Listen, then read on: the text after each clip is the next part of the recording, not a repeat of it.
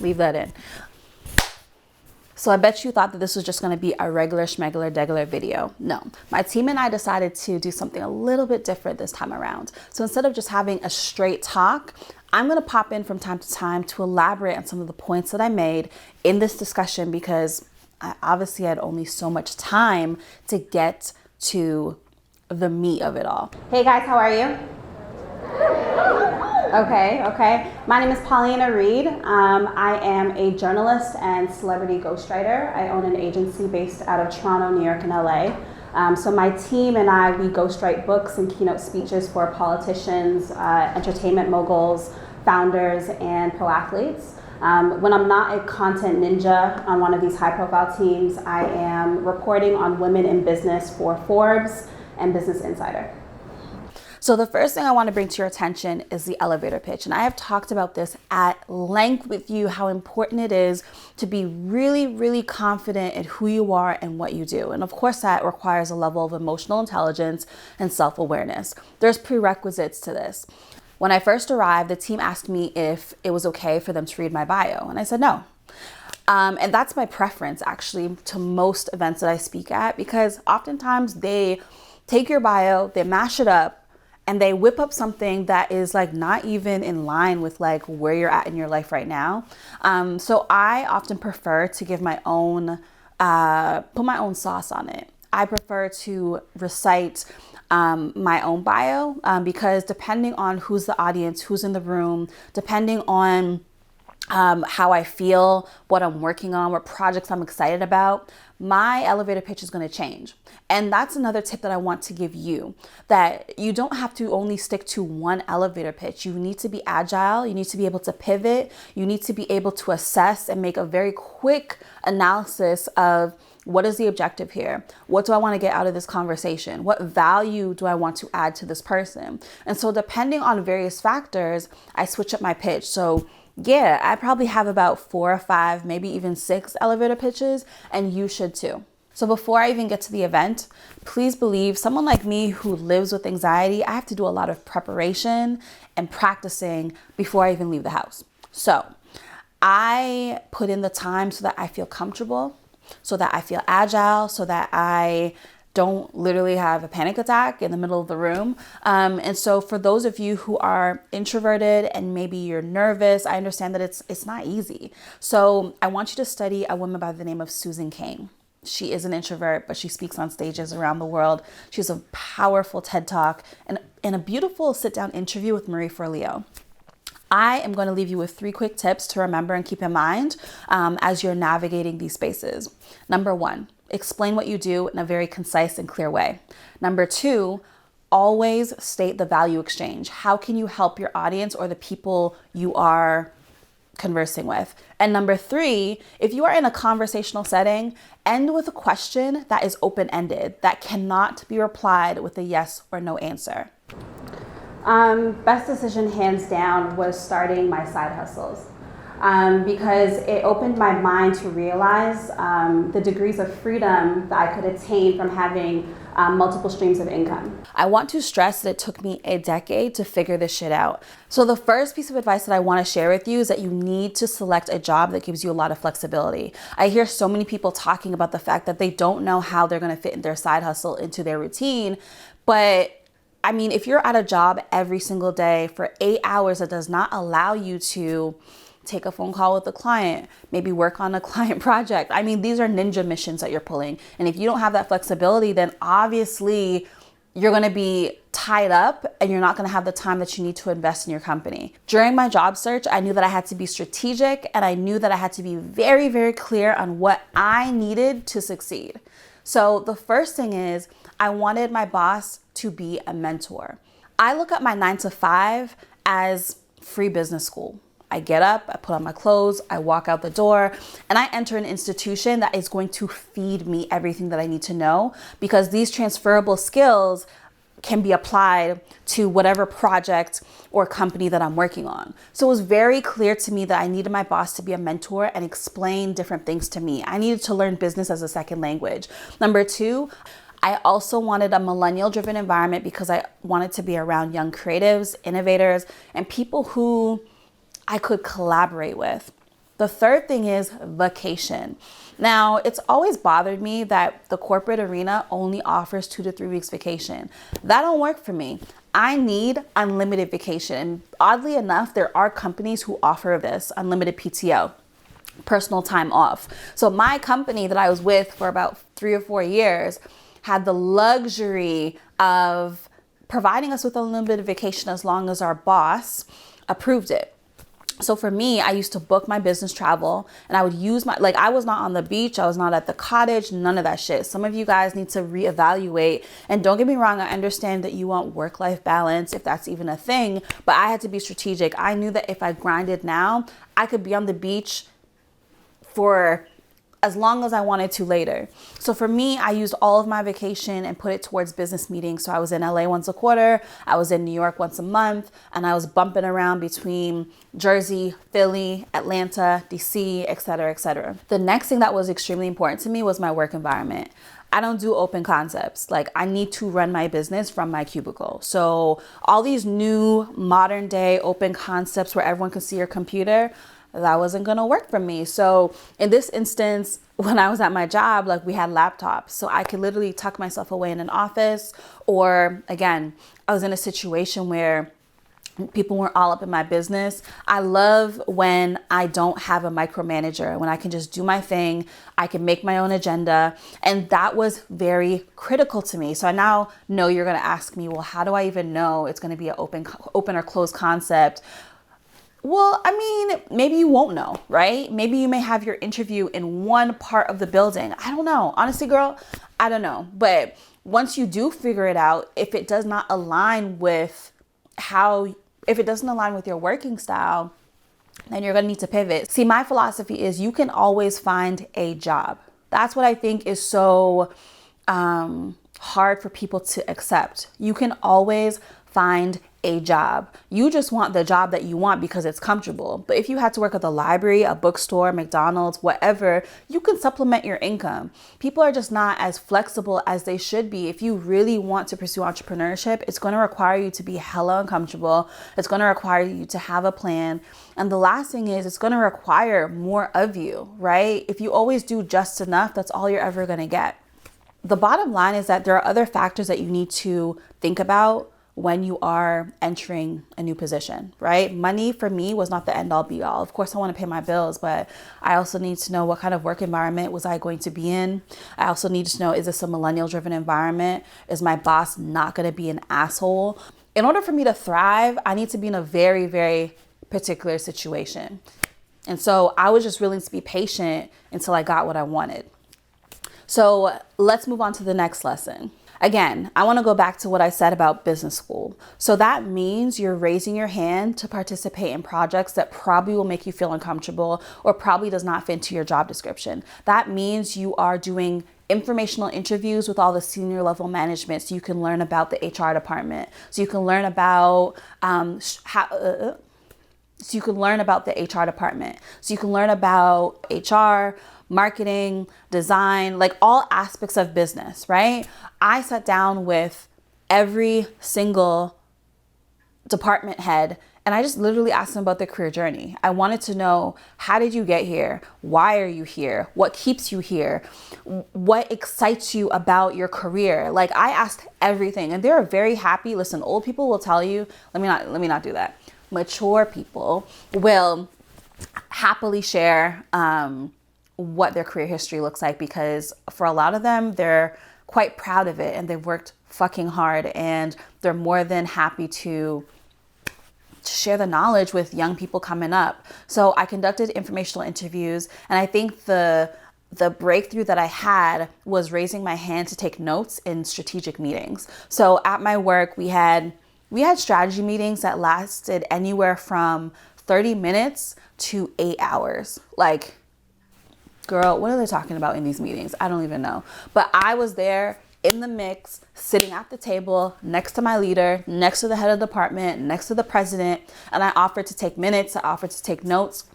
And during this time, I was literally digesting how they set up the agenda. I was digesting how they interacted with each other. I was digesting every little thing possible so that I could absorb it and I could go back and either teach it to my own staff or I could implement it in our own strategies. So even though our business models were completely different and the industries were two worlds apart, there are still things that can always be applied to how you live your life and career. How many of you have a fuck you number? Right? You have a number in your mind. How many of you know what a fuck you number is? Right, it gives you the flexibility and the freedom to pivot and be agile if you get into a pretty shitty situation. One of my worst decisions was, so prior to achieving financial independence and starting my first business, I was young, naive, I was in a lot of debt, and so I thought, okay, what is a quick fix? Date a rich guy, right? So I got involved with somebody. I got involved with somebody, and everything was great until the Toronto police showed up at my door.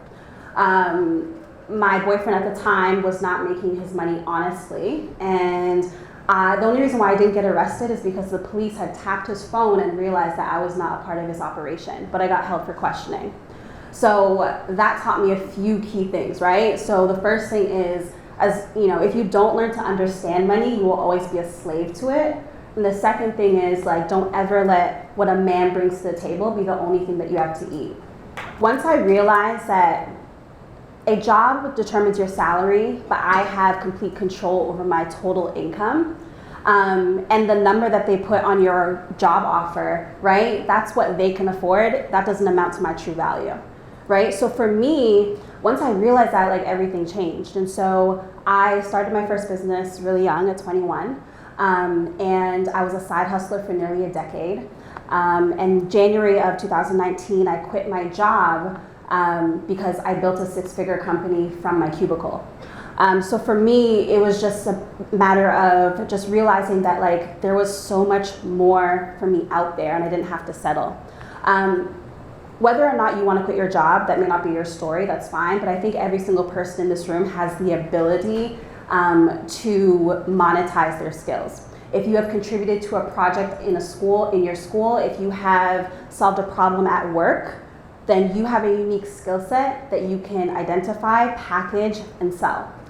So the next thing I want to talk about is your survival number. Do you even know what your survival number is? What is the dollar amount that you need to earn in order to live comfortably or uncomfortably for the next 3 to 6 months after you decide to quit or transition out of your 9 to 5.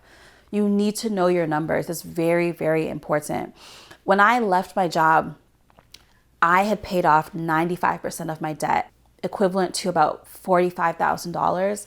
I made sure that I got my debt as low as possible so that it wasn't something I had to think about when I transitioned. The other thing that I think is really important is to make sure that you have a proven track record of sales. That is very important. Like, you have to master your sales skills before you transition, because if anything happens and you are down and out, you need to know that you can upsell a client. You know what? Let's rewind for a second. Let's go through the 3 basic rules of selling. Get a new customer, upsell an existing customer, or get a current customer to buy more frequently. Remember that. Okay, I think before pursuing any strategy, right, there's a certain mindset that you have to develop and discipline, right? I think across the board, you know, I work with a lot with young adults, and what I see is that oftentimes their expectations exceed their effort. And I think, you know, we need to have more authority over our finances. And on top of that, like, I think it starts with having redefining and also sometimes reprogramming what success looks like to you. Right? We need to know our numbers. The thing is that you will not hit a target that you can't see. So you need to put pen to paper and you need to get very clear about the kind of life that you want, right? Some of us don't know our credit score. We don't have a wealth management plan. We don't know how to write a check. We don't know our account balances. Like, figure your shit out before you can level up. Okay, so in my 20s, my finances were a mess. And for a long time, I did not know how to do anything. And I can talk about that now because obviously I have a money team, accountant, bookkeeper, financial advisor, and things are okay. But for a long time, I just avoided the big elephant in the room. I didn't open my mail because I didn't want to tackle my bills. I didn't want to pay I didn't have money to pay them. I did not check my account balances because I was broke. So like, what was the point? Like I knew there wasn't any money there. I didn't know how to write a check or balance my checkbook. I didn't know. There's so many things that are a part of adulting that sometimes I feel like we just kind of shelve and we just say, oh, I'll deal with that later. But when it comes to money, like I said before in my talk, if you don't learn to understand money, you will always be a slave to it.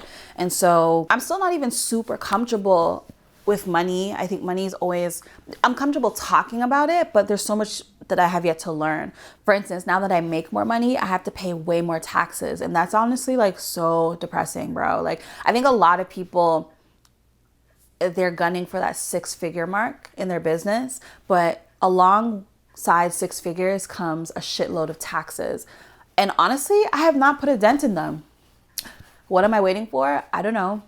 It's something that like, again, avoidance. And I know it's not responsible, but I'm just being so honest with you. I have to pay it's actually not as bad as some of my friends who make way more than me. I have to pay about $11,000 in taxes. And it will get paid and I will be responsible. Some of my friends are like $40,000, $50,000, $60,000 in taxes. Insane. I don't even what's the point of making more money if you just have, anyways, it's a lot. I'm still working with my team to figure out how we can get that number lower next year.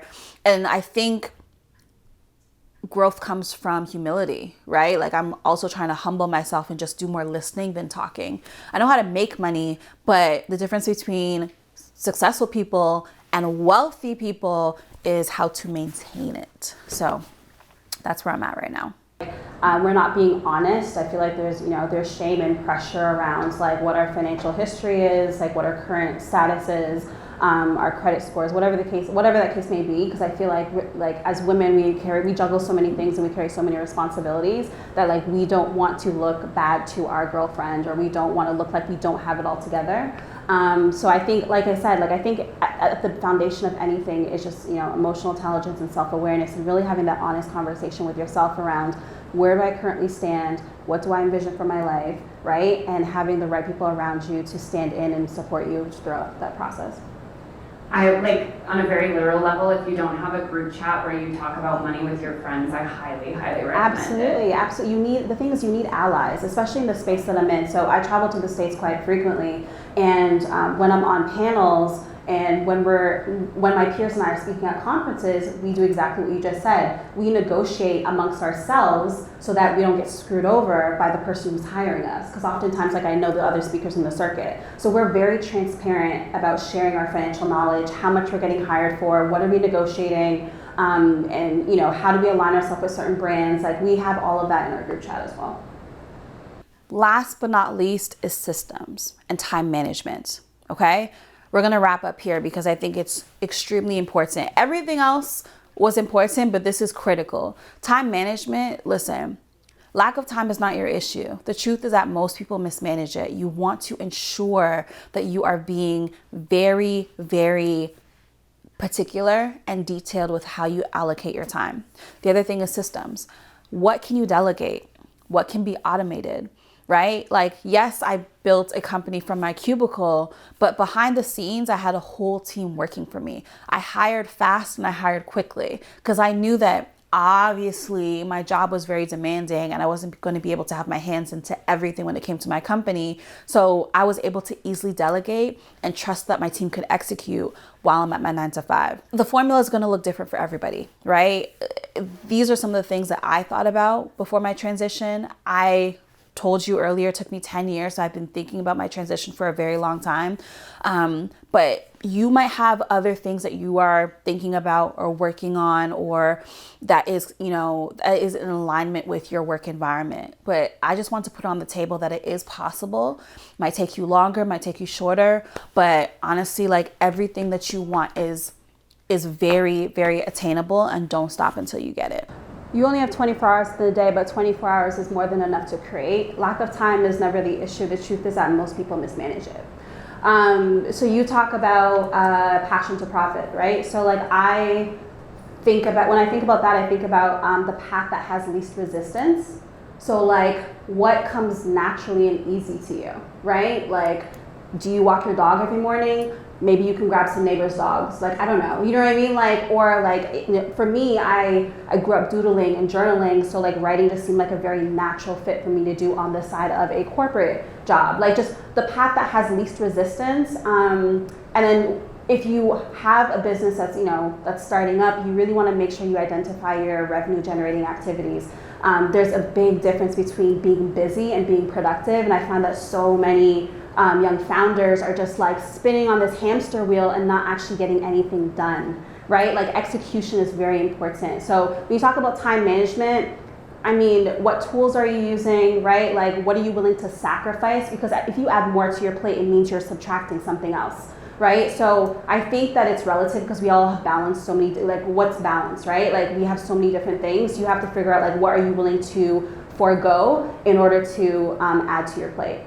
I hope that answers your question. So I was able to expand my business in New York and LA because I skipped my Rogers bill to book flights in my 20s. Because Rogers literally doesn't care. Like, it's insane. Wait, what is Rogers? I'm sorry. It's a phone company. Yeah. You can not pay your phone bill and they won't cut your phone off? No, especially if you're a loyal customer, like, they'll just say, okay, cool. So yeah, I mean, in the space that I work in, honestly, it's definitely quite difficult, and I'm not struggling with it. I'm still learning how to navigate it, because oftentimes these individuals don't have like regular schedules. It's not like a 9-to-5 type relationship. Sometimes I may have to fly out and meet them at midnight or 11 p.m. because that's the only time they have on their calendar. I'm still navigating and working through, because when you work so closely with someone and you learn their life story and they consider you a vault, you become very, very tight. And so they feel that they can text you at any time or call you at any time and that they own your time. So I'm also still trying to work through how to establish boundaries without damaging or making them feel like I'm not available to them. But like my industry is very, I mean, how many ghostwriters do you guys actually know, right? Like, my industry is very specific. But I try my best, like any other freelancer, project timelines. We try and stick to milestones. But again, we build such a close and tight-knit relationship, and with the time zones and with their crazy schedules, sometimes I literally just have to job shadow them. Sometimes I don't even get the opportunity to sit down with them because, like, who's actually sitting down for a few hours to do an interview? So I have to work off of observation and create something magical from like nothing. I loved what you said about transactional relationships and the human to human connection, because I agree with you completely. Okay, networking. So in my space, right, I need to get into rooms with very important people.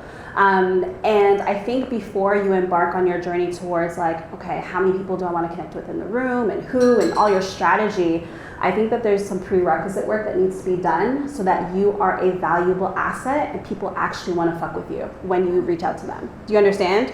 Right? Because it's one thing for you to reach out to somebody, but if they don't see the value exchange, then they may not be as open.